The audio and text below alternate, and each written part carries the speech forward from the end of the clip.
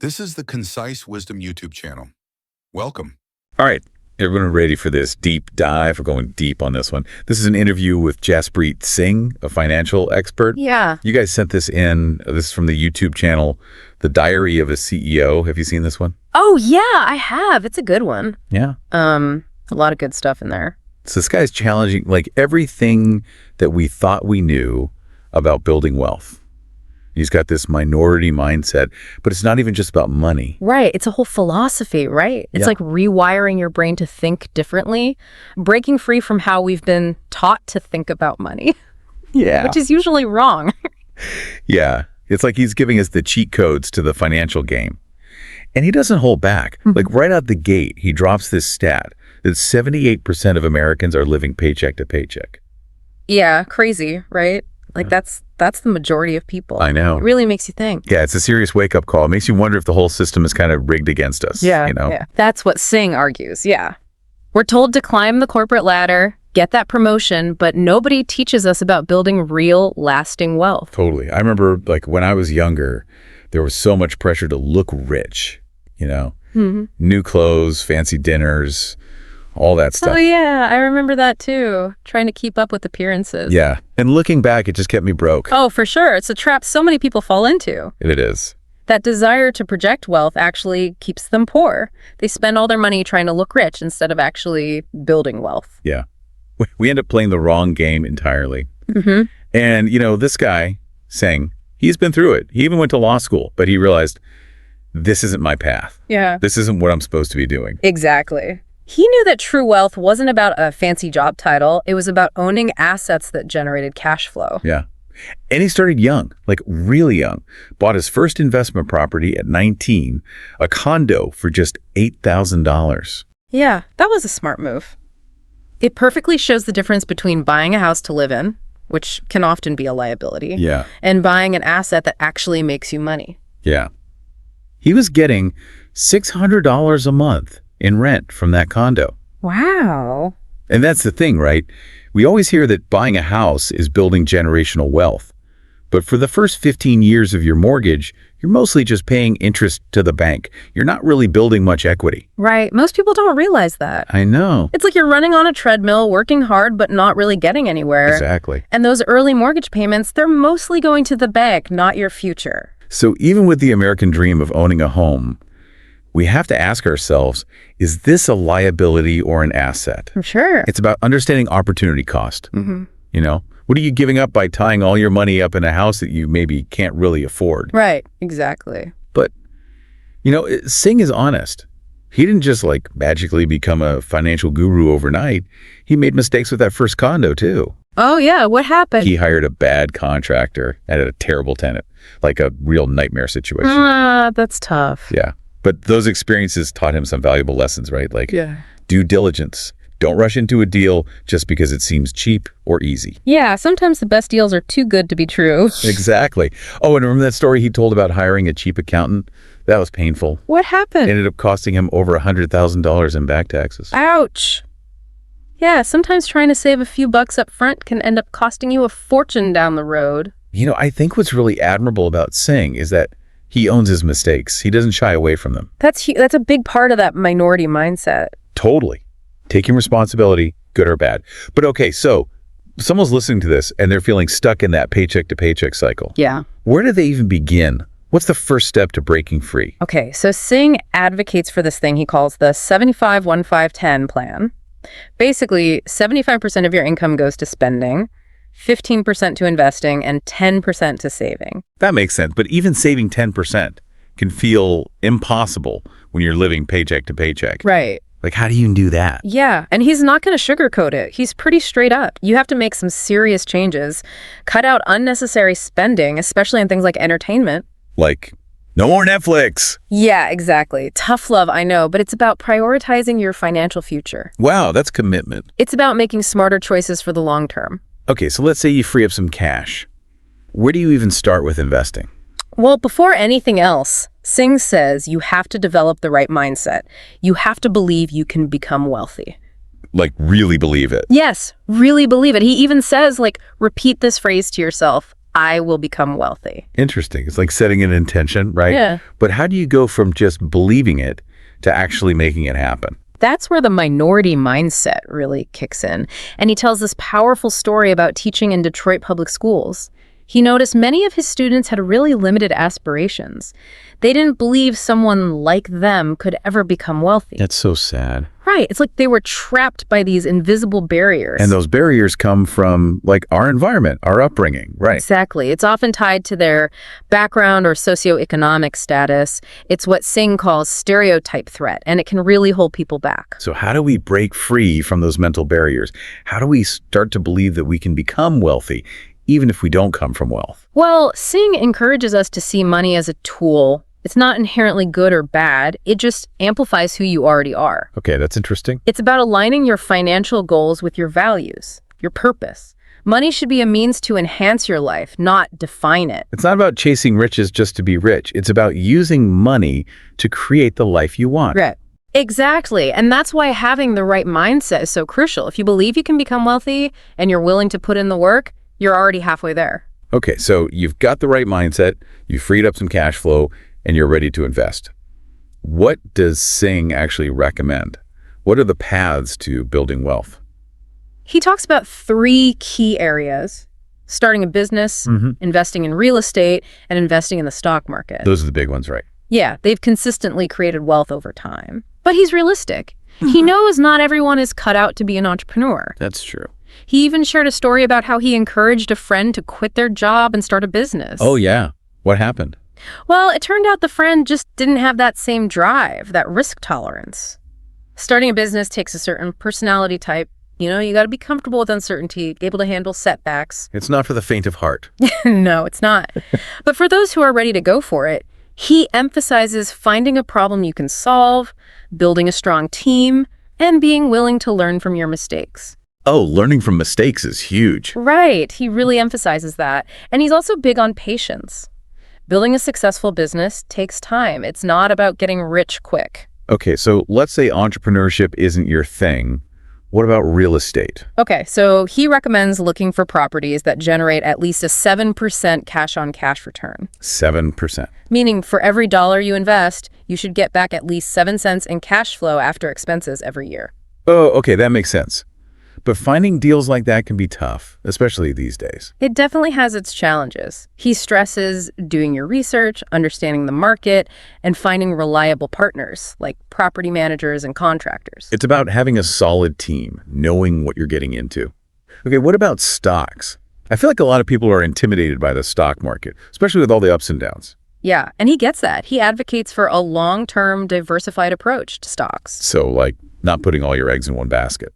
Exactly. And he believes in the power of compound returns, which basically means even small investments can grow significantly over time. If you're patient, right? Exactly. Patience is key. He emphasizes that building wealth is a marathon, not a sprint. But does he say anything about, like, cryptocurrency? That seems to be what everyone's talking about these days. Oh, yeah. He definitely addresses that. He invests in it himself, but considers it a speculative investment. So higher risk. Right. He advises only investing a small percentage of your portfolio in assets like crypto. Okay, so it's all about balance, right? Spreading your investments. Exactly. He even shared a story about how he continued driving a cheap car even after making his first $1 million. That's discipline. Right. He calls it being boring. Slow and steady wins the race. So the challenge is, are you patient enough to outsmart the crowd? Yeah, that's the real question. Can you resist the urge to chase the latest trends and just focus on building wealth steadily over time? It's a good question to ask ourselves. So we've talked about breaking free from the paycheck to paycheck cycle, building wealth, and the importance of the minority mindset. But what about the end game?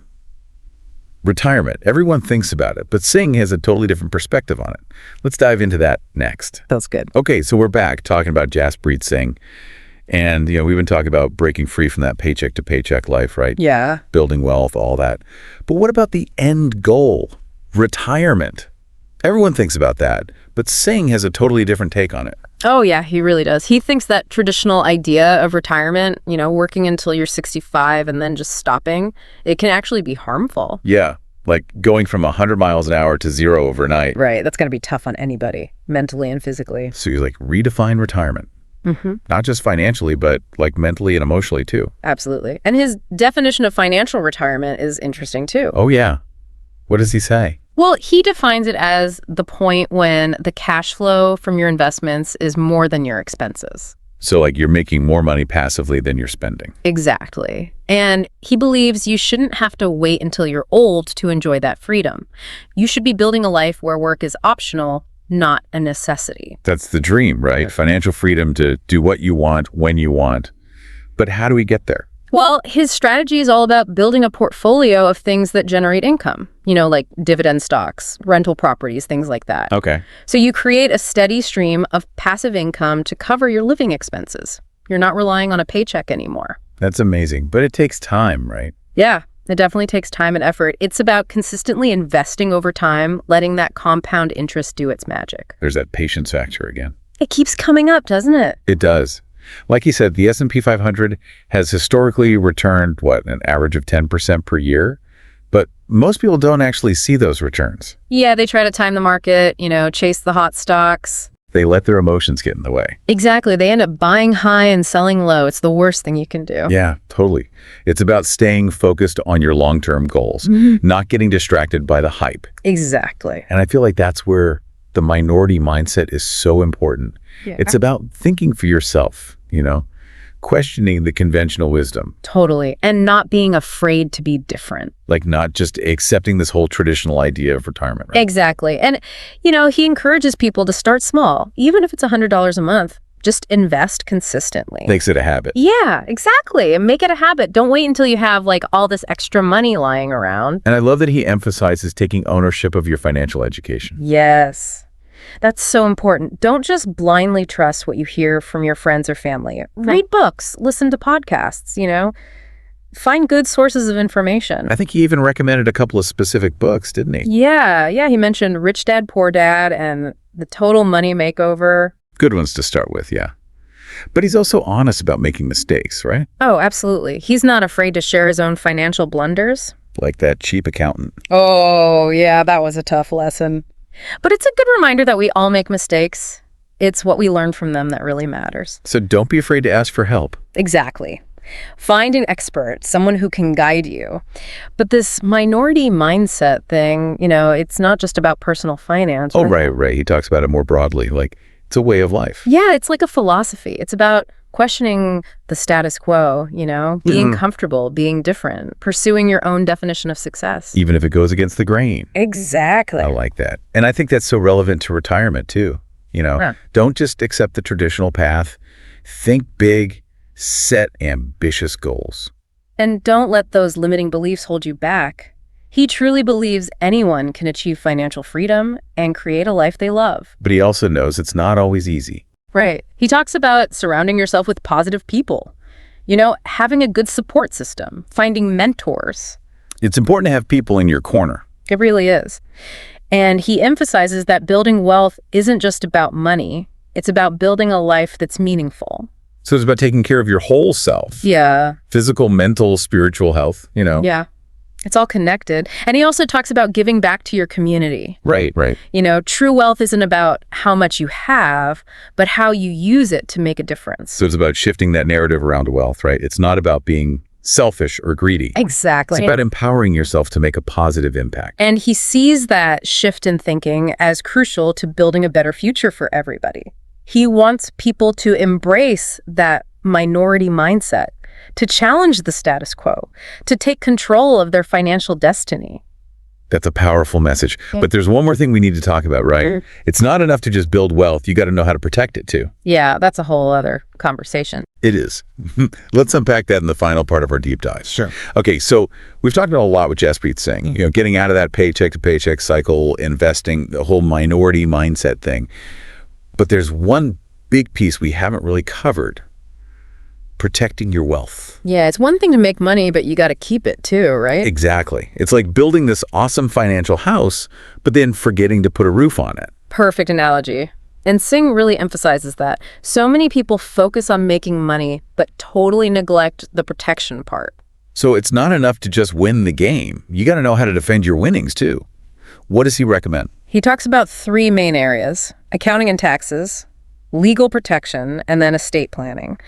And he says this isn't just for the super rich, it's for everyone. Okay, let's break it down.